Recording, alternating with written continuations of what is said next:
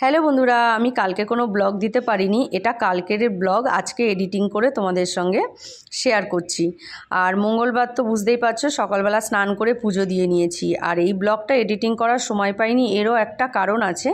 কারণ আমি কালকে গেছিলাম, আমার বর আর আমি একটু ঘুরতে গেছিলাম, ওই জন্য আর আমি এসে এডিটিং করার সময় পাইনি আর তোমাদের সঙ্গে শেয়ার করিনি।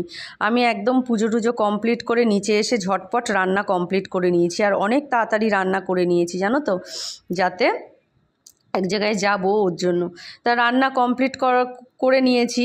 আর এই যে সকালবেলা আমি নেমেছিলাম নিচে, ছাদের থেকে নিচে নেমেছিলাম, আর এত সুন্দর হাওয়া দিচ্ছিল, কিন্তু এদিকে রাগও হচ্ছিল যে বৃষ্টি বৃষ্টি বৃষ্টি, আর ভালো লাগছে না। আর আমার বর বাজার করেও নিয়ে চলে এসেছে অনেক তাড়াতাড়ি।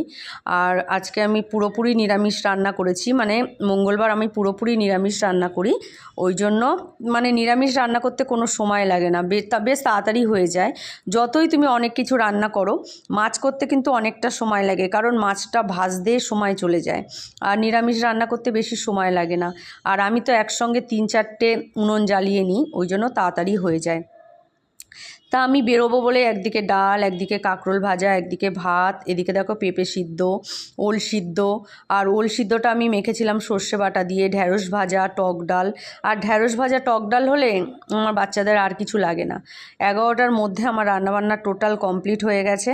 তারপরে রান্নাবান্না কমপ্লিট করে নিয়ে সব বাসন কোসন মেজে সব গুছিয়ে গাছিয়ে একদম আমি মানে রেডি হয়ে যাব, কারণ আমি আর আমার হাজব্যান্ড দুজনে বেরোবো। এই যে দেখো রেডি হয়েও নিয়েছি, আর আমরা দুজনে যাচ্ছি একটা মুভি দেখতে হাইল্যান্ড পার্কে। আর বৃষ্টিও পড়ছে জানো তো, মানে তখন একটু বন্ধ ছিল, দেখো না রাস্তাঘাটের অবস্থা দেখো, এত বৃষ্টি হচ্ছে না। মানে এই বছরটা কেন জানি না পুজোর সময় বৃষ্টি হবে কি না। পুজোর সময় যদি বৃষ্টি হয় তো গেল, প্রত্যেকটা প্যান্ডেলের মানে ভেতরে দেখি জল 1 হাঁটু করে। যারা প্যান্ডেল করছে তাদের প্রচণ্ড প্রবলেম হচ্ছে এবছর প্যান্ডেল করতে। আর আমার তো রান্না পুজো, আর আমার তো আরও প্রবলেম হয়ে যাচ্ছে। এদিকে দেখো হাইল্যান্ড পার্কে চলেও এসেছি, আর ভেতরটা এত সুন্দর সাজিয়েছে না পুজো উপলক্ষে, মানে খুব ভালো লাগছিল, পুরো লাইটিং করেছে, খুব সুন্দর।